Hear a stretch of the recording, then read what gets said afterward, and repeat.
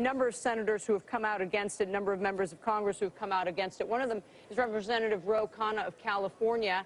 Apple is in his district. He joins us now, CFO of Apple, saying that he's not a big fan of the BAT, as we're starting to call it.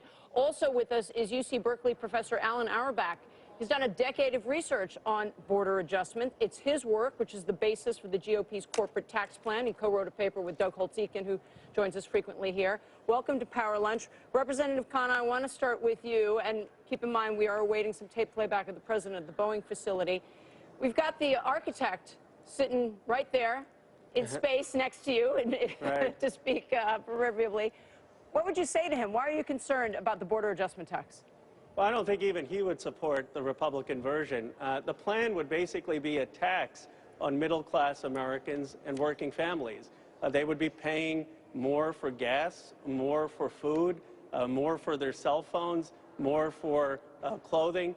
And it's basically reverse redistribution. You're taking money out of the pockets of middle-class Americans to pay for tax cuts for wealthy individuals and corporations.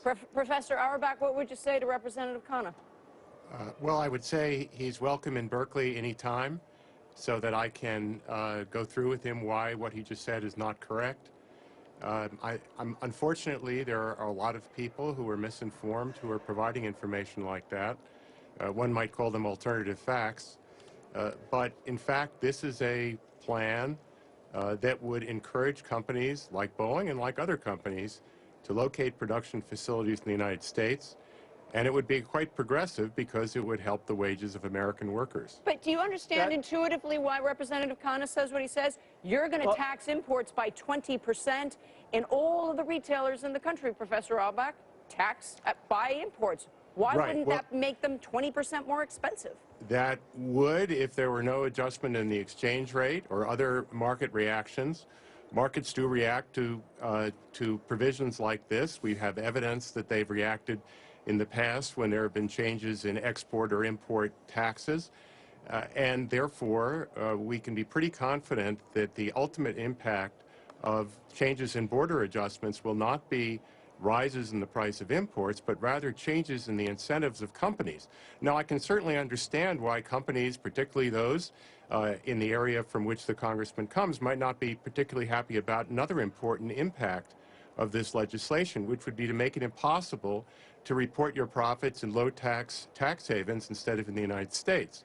Now, that's what a lot of those companies are doing right now, and they wouldn't be able to do it under this new system. Representative? If I could respond, a couple points, and the professor knows Martin Feldstein and Paul Krugman have written a paper that this has absolutely no effect on trade, and the professor knows that. He's just distorting their work. The economists are unanimous. The last time we tried a 20% import tax was the Smoot-Hawley tariff, and we saw how that turned out. The reality is that there is an alternative way to get these companies to pay tax, and I'm all for Apple and others paying tax, and that's to end the deferral so that they should be paying tax on their foreign earnings. That would solve the problem. But to put a 20% import tax where every person is going to be paying more for their consumer products is wrong. And one other point, Japan tried this. And we know that the dollar didn't appreciate, or the currency didn't appreciate. So to have some theory that 5 years later it's going to appreciate, and in the meantime working families get hurt to pay for tax cuts for the wealthiest individuals is just wrong.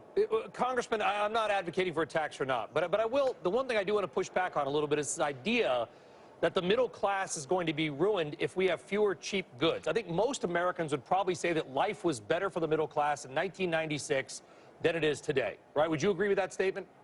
That's true, and one of the problems... In 1996, we imported just $3.5 billion a month in Chinese-made goods. Now it's $37 billion.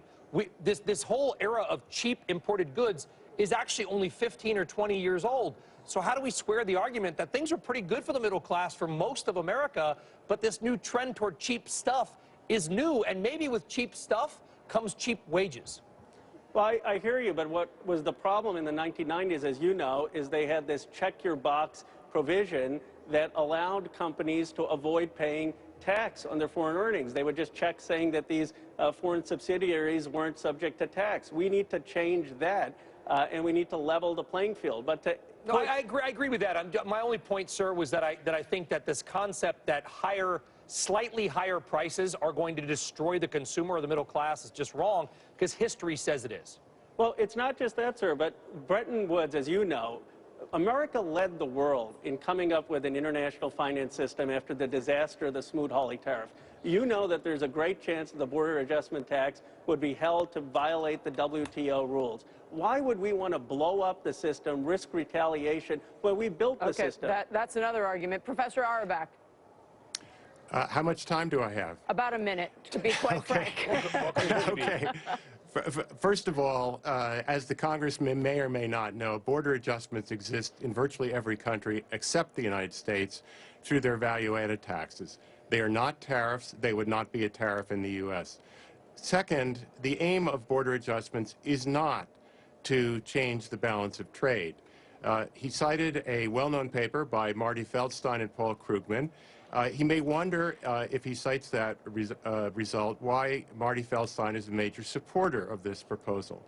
And the reason is for the same reason that I support it, which is not to encourage a trade surplus, which is not the aim, and not to impose a tariff, which it is not, but it is to stop shifting of profits by multinational companies and to encourage companies to locate production in the United States rather than abroad. Putting a penalty on them if they earn profits abroad is a way of making American companies no longer be American companies. We've been fighting corporate inversions for the last few years very unsuccessfully, and if the Congressman's approach is taken, we will have to fight even harder against it. Gentlemen, thank you so much for this very civil discussion. Also, we know you waited because of the president, so we know time is incredibly valuable, but thank you so much. We'd love to have you both back. Thank you. Meantime, the president signing a law aiming at rolling back of regulations